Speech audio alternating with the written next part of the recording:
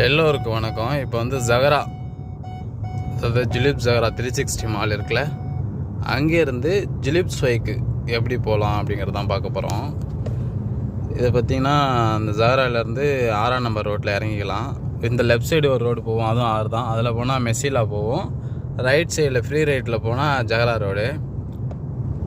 ஜகரா ரோட்டில் போகிறதுல இன்னொன்று என்னென்னா, இது 2 வழி போகலாம். ஜிலிப் ஸ்வைக்கில் 6ஆம் நம்பர்லேயும் போகலாம். இப்போ புதுசாக ஒரு ரோடு ஓப்பன் பண்ணியிருக்காங்க 5.5,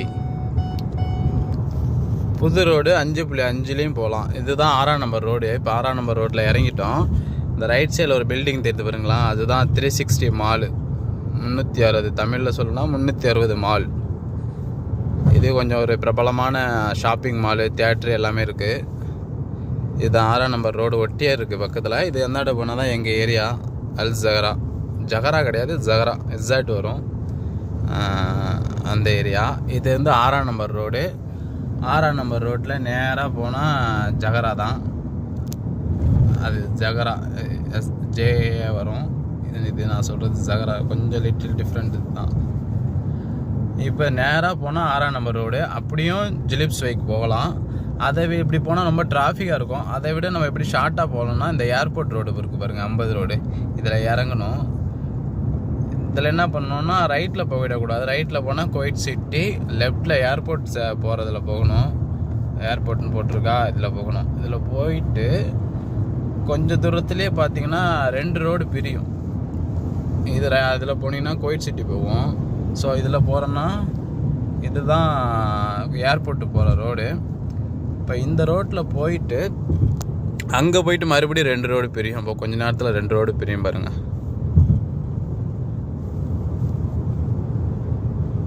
இதுகிட்ட இப்போ 2 ரோடு பிரிஞ்சிடும். இப்போ ரோடு நல்லா ஃப்ரீயாக இருக்குது. ஏன்னா சம்மர் டைமு, இங்கே யாருமே இருக்க மாட்டாங்க, எல்லாம் அதுக்கு போய்ட்டு வந்தால் பாருங்கள். 2 ரோடு பிரியுதா. 6.5 இந்த ரோடு பேர். 5.5 முன்னாடி சொல்லிட்டேன், சாரி 6.5. இந்த 6.5 ரோடு போனால் ஃப்ரீயாக இருக்கும். யாருமே அதிகமாக போக மாட்டாங்க. ஏர்போர்ட்டு போகிறவங்க, இந்த அவுட்டர் சிட்டியோட அவுட்டரில் போகிறவங்க இந்த மாதிரி ரோட்டில் போவாங்க. அதனால் இங்கே டிராஃபிக் அதிகமாக இருக்குது, ஃப்ரீயாக போகலாம். இப்போ இந்த ஜிலிப் ஸ்வைக்கு, ஜகரா அந்த மாதிரி போகிறதுனா அந்த 6.5ங்கிற ரோடை இதை ஃபாலோ பண்ணணும்னு வச்சுக்கலாம். டிராஃபிக்கே இருக்காது, ஃப்ரீயாக போகலாம். எல்லாமே பாலம் தான். மேலே ஒரு பாலம் போகுது பாருங்கள், அது வந்து அப்படியே இறங்கிடும். மெஸ்ஸிலாலேருந்து வந்து இறங்குறது இது. இப்போ இந்த ரோடு நல்லா ஃப்ரீயாக இருக்கா, இதில் ஃப்ரீயாக போகலாம். இதுதான் 6.5. இப்போ நான் ஜகராலேருந்து இந்த 6ஆம் நம்பர் ரோட்டில் ஏறி அதுலேருந்து 50 ரோட்டில் இறங்கி அப்புறம் 6.5 ரோட்டில் இறங்கியிருக்கேன். இப்போ பார்த்தீங்கன்னா ரோடு எவ்வளோ ஃப்ரீயாக இருக்குது பாருங்கள்.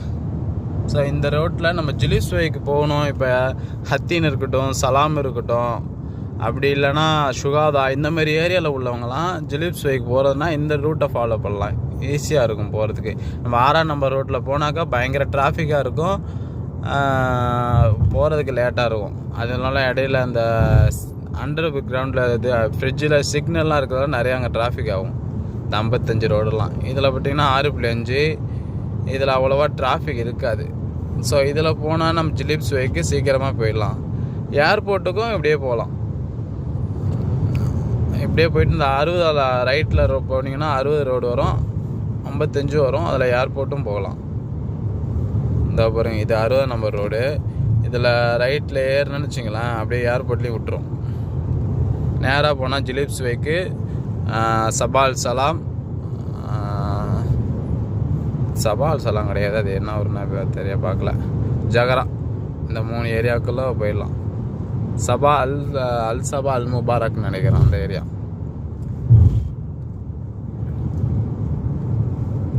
இது ரொம்ப ஷார்ட்டாகவும் இருக்கும், டிராஃபிக் இல்லாமல் இருக்கும். அது இல்லாமல் இப்போ சம்மர் டைமுங்கிறதால சுத்தமாக டிராஃபிக் இருக்காது. காரணம் என்னென்னா, எல்லா மக்களும் வேறு துருக்கி நாடு இந்த மாதிரி சாஃபர் போயிடுவாங்க ட்ராவலுக்கு. ஏன்னா இங்கே வெயில் தாங்க முடியாது. இங்கே குவைத்துலாம் அப்படி தான் 6 மாதம் இல்லை 6 மாதம் இங்கே இருப்பாங்க. அதிகபட்ச மாதிரி 8 மாதம் இருப்பாங்க. ஒரு 4 மாதம் இல்லை 3 மாதம் அந்த மாதிரி வெளிநாடு போயிடுவாங்க, சூட்டை தணிக்கிறதுக்காக, வெயில் தாங்க முடியாமல். அதை பார்த்தீங்கன்னா ரைட்டில் போனால் ஜிலிப் ஸ்வைக்குன்னு வந்துட்டு பாருங்கள், பக்கத்துலேயே இருக்குது. பார்த்தீங்களா, சீக்கிரமாகவே வந்துட்டோம்.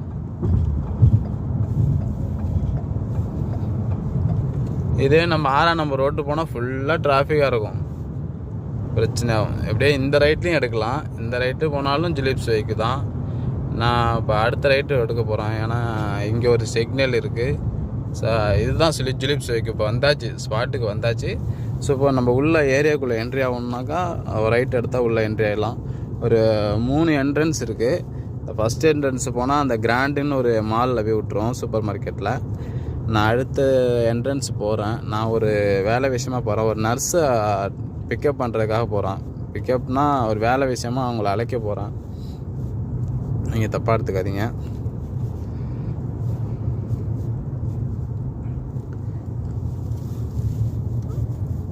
ஜிலிப்ஸ் வைக்கு உள்ளே என்ட்ரி ஆகிடுச்சா?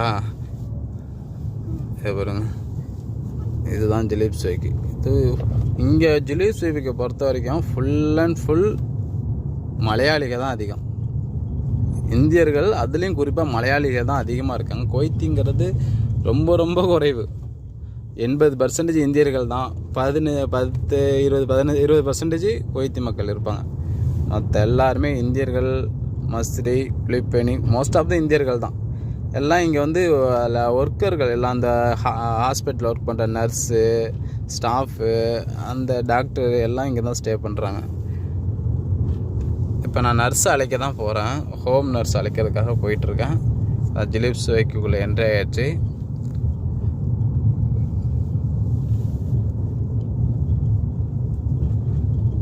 இதெல்லாம் நடந்து போகிறாங்க பாருங்க, அவங்கெல்லாம் இந்தியர்கள் தான்.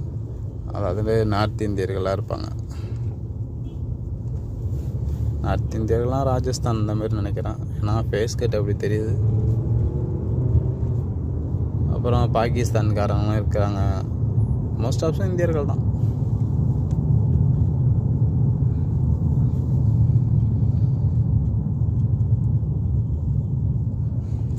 இந்த மாதிரி இந்த டாக்ஸிக்காரங்க பின்னாடி போகும்போதெல்லாம் ஜாக்கிரதையாக போகணும். அவன் ரோட்டே பார்க்க மாட்டானுங்க. ரைட் சைடில் யாராவது மக்கள் நிற்கிறாங்களா அப்படின்னு பார்ப்பாங்க. ஏன்னா அவங்க மக்களை ஏற்றினா தான் அவங்களுக்கு வருமானம். அதனால் யாராவது கையை காட்டுறாங்களான்னு அங்கே தான் பார்த்துட்டு இருப்பானு தவிர சைடு மிரர் ரோடு கீடு பார்க்கவே மாட்டானுங்க. அவங்ககிட்ட கேட்டால் நம்ம மேலே தான் மிஸ்டேக்குன்னு சொல்லிட்டு போயிடுவாங்க. அதனால் டாக்ஸிக்காரன் முன்னாடி பின்னாடி போனால் நம்ம தான் கவனமாக போகணும். இந்த ஒரு சிக்னலில் லெஃப்ட் எடுத்தால் நான் போகிற ஸ்பாட் வந்துடும். ஜிலிப்ஸ் வைக்கு ஆல்ரெடி என்ட்ரு ஆகிடுச்சு. தவிர இது ஒரு மாலு, அதுக்கடுத்து ஒரு நிஸ்டோ கிராண்டுன்னு அங்கே ஒரு மால் இருக்குது. இந்த சைடு ஃபுல்லாக இங்கே உள்ள நிறைய பில்டிங்லாம் இருக்குது பாருங்க, அப்பார்ட்மெண்ட். எல்லாமே இந்தியர்கள் தான். எல்லாம் ஒர்க் பண்ணுறவங்க தான், நர்ஸு, டாக்டரு, அந்த மாதிரி ஆஃபீஸில் ஒர்க் பண்ணுற ஸ்டாஃப்ஸு, இந்த டீச்சரு, அந்த மாதிரி தான் எல்லாம் இங்கே தான் ஸ்டே பண்ணியிருப்பாங்க. அதேமாதிரி மாலில் ஒர்க் பண்ணுறவங்க எல்லாருமே இங்கே தான் இருப்பாங்க. ஜிலிப்ஸ் வைக்கு, சால்மியா, இதெல்லாம் இந்தியர்கள் நகரம்னு சொல்லுவாங்க. கிட்டத்தட்ட போனால் சால்மியாவுக்குள்ளெலாம் போனாக்கா இது கொய்த்தாங்கிற மாதிரி டவுட்டாக இருக்கும். ஃபுல்லாக எல்லாம் இந்தியர்கள் தான் இருப்பாங்க. அங்கே உள்ள அப்பார்ட்மெண்ட் ஃபுல்லாக இந்தியர்கள் இருப்பாங்க. அங்கே ஒர்க் பண்ணுற ஸ்டாஃபு, அப்புறம் அந்த பக்கால் அந்த பொட்டி கடை இருக்கிறவங்க எல்லாம் இந்தியர்கள், மலையாளிகள் எல்லாம் அங்கே தான் இருப்பாங்க. சால்மியா, ஜிலிப்ஸ் வைக்கெல்லாம் கொய்த்தில் வந்து அதுக்கு பேரே இந்தியா நகரம்ன்ற அர்த்தம். ஏன்னா அங்கெல்லாம் இந்தியர்கள் தான் இருப்பாங்க, கொய்த்திகளை பார்க்க முடியாது. மொத்தமாகவே இப்போ கொய்த்து நாடை பொறுத்த வரைக்கும் ஒரு 60% வெளிநாட்டவர்கள் தான். 40% சொல்ல முடியாது, 70% இந்தியர்கள் வெளிநாட்டவர்கள், 30% தான் குவைத்து மக்கள். இப்போ உதாரணத்துக்கு ஒரு வீட்டில் ஒரு குவைத்து இருக்கிறாங்கன்னு வச்சிங்களேன், அந்த வீட்டில் 3 வேலைக்காரங்க இருப்பாங்க. அப்போ குவைத்தை விட வேலைக்காரங்க தான். ஒரு வீட்டில் அதேமாரி இருந்தாக்கா ஒவ்வொரு வீட்லேயும் எத்தனை வேலைக்காரங்க இருங்க. அவங்களுக்கு குக் பண்ணுறதுக்கு ஒரு ஆள், க்ளீன் பண்ணுறதுக்கு ஒரு ஆள், வண்டி ஓட்டுறதுக்கு ஒரு ஆள், அப்புறம் அந்த காஃபிக்கு இப்போலாம் துவானின்னு சொல்லுவாங்க, அதையும் எடுத்து கொடுக்குறதுக்கு ஒரு ஆள். அப்போ ஒரு குவைத்தி வீட்டிலையே பார்த்தீங்கன்னா ஒரு 4 பேர் தானே, அவங்க 5 பேர் வேலையில் வச்சிடறாங்க.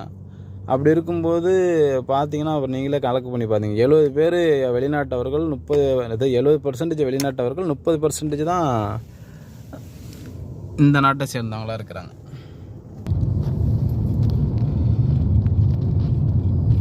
இப்போ பக்கத்தில் நெருங்கியாச்சு, இன்னும் கொஞ்சம் தூரம் தான். போயிட்டு அந்த நர்ஸை அவங்கள அழைச்சிட்டு வீட்டுக்கு போகணும். டெய்லியும் அவங்கள அழைச்சிட்டு வீட்டில் விடுறது தான் எனக்கு வேலை. காலையில் 10 மணிக்கு வீட்டுக்கு வருவாங்க, மறுபடியும் நைட்டு 10 மணிக்கு அவங்கள திரும்பி அவங்க வீட்டில் விடணும். இது டெய்லி ரொட்டீனாக நடந்துகிட்ருக்கு இந்த வேலை. கிட்டத்தட்ட 1 மாதம் அவங்களுக்கு வேலை இருக்கும், அதுக்கப்புறம் வேலை இருக்காது. இங்கே பாருங்கள் இந்த பைத்தியக்கார வேலை.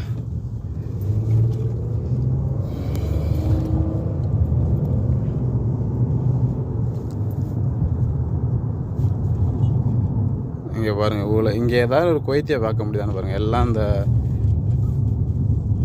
இந்தியர்கள், வெளிநாட்டவர்கள், பாகிஸ்தான் இந்த மாதிரி ஆள் தான் இருப்பாங்க. அந்த நடந்து வராரா 2-3 பேர் வராங்களா, 3 பேருமே இந்தியர்கள் தான். இங்கே இந்த ஏரியாவெல்லாம் இந்தியர்கள் நகரம்னு சொல்லுவாங்க. இந்த ஒரு ஆரஞ்சு பில்டிங் இருக்குது பாருங்கள், இதில் தான் இங்கே நர்ஸ்லாம் நிறையா. இங்கே ஃபுல்லாக எல்லாம் நர்ஸு ஸ்டே பண்ணுற ஏரியா தான் அதெல்லாம். இப்போ நர்ஸ் வேலைக்கு தான் வந்திருக்கேன். ஸோ அந்த ஆரஞ்சு பில்டிங் தான் இங்கே தான் இருக்கிறாங்க. ஸோ அந்த பஸ் ஸ்டாப்பில் நான் வெயிட் பண்ணுவேன், அவங்க வந்துடுவாங்க. இங்கே தான் பஸ் ஸ்டாப் எப்படி சொல்கிறேன்னா, ஒரு போர்டு ஒன்று போட்டுருப்பாருங்க KPTCன்ட்டு. அப்படி போட்டிருந்தா அதோடய பஸ் ஸ்டாப்பு, அது என்னென்ன பஸ் நிற்குங்கிறத அதிலே போட்டிருக்காங்க பாருங்கள். 21 நம்பரு, 51 நம்பரு, 16, 39, 106, 507 இந்த நம்பர் பஸ்லாம் இங்கே நிற்கும். அது ஒரு பஸ் ஒன்று போகுது பாருங்கள். அது என்ன நம்பரு 106 நினைக்கிறேன். அதோ 2 பஸ் வந்துட்டுருக்கு. ஓகே ஃப்ரெண்ட்ஸ், இன்றைக்கி டியூட்டி முடிஞ்சிருச்சுன்னு இவங்களை அழைக்க வந்திருக்கேன். இப்போ ஃபோன் பண்ணணும். அது 106 இந்த போகிறது பஸ்ஸு 106, அது 51 நம்பர் போட்டிருக்கு பார்த்தீங்களா. அதான் இந்த ரூட்டில் என்னென்ன நம்பர் வரன்ட்டு அந்த நம்பரை போட்டிருப்பாங்க. இப்போ ஃபோன் பண்ண வேண்டியதான், அழைச்சிட்டு போக வேண்டியதான். ஓகே ஃப்ரெண்ட்ஸ், நன்றி, வணக்கம். மறக்காமல் நம்ம சேனலை சப்ஸ்கிரைப் பண்ணுங்கள். இது போல் நிறைய வீடியோக்களை தொடர்ந்து நான் அப்லோட் பண்ணிகிட்டே இருப்பேன்.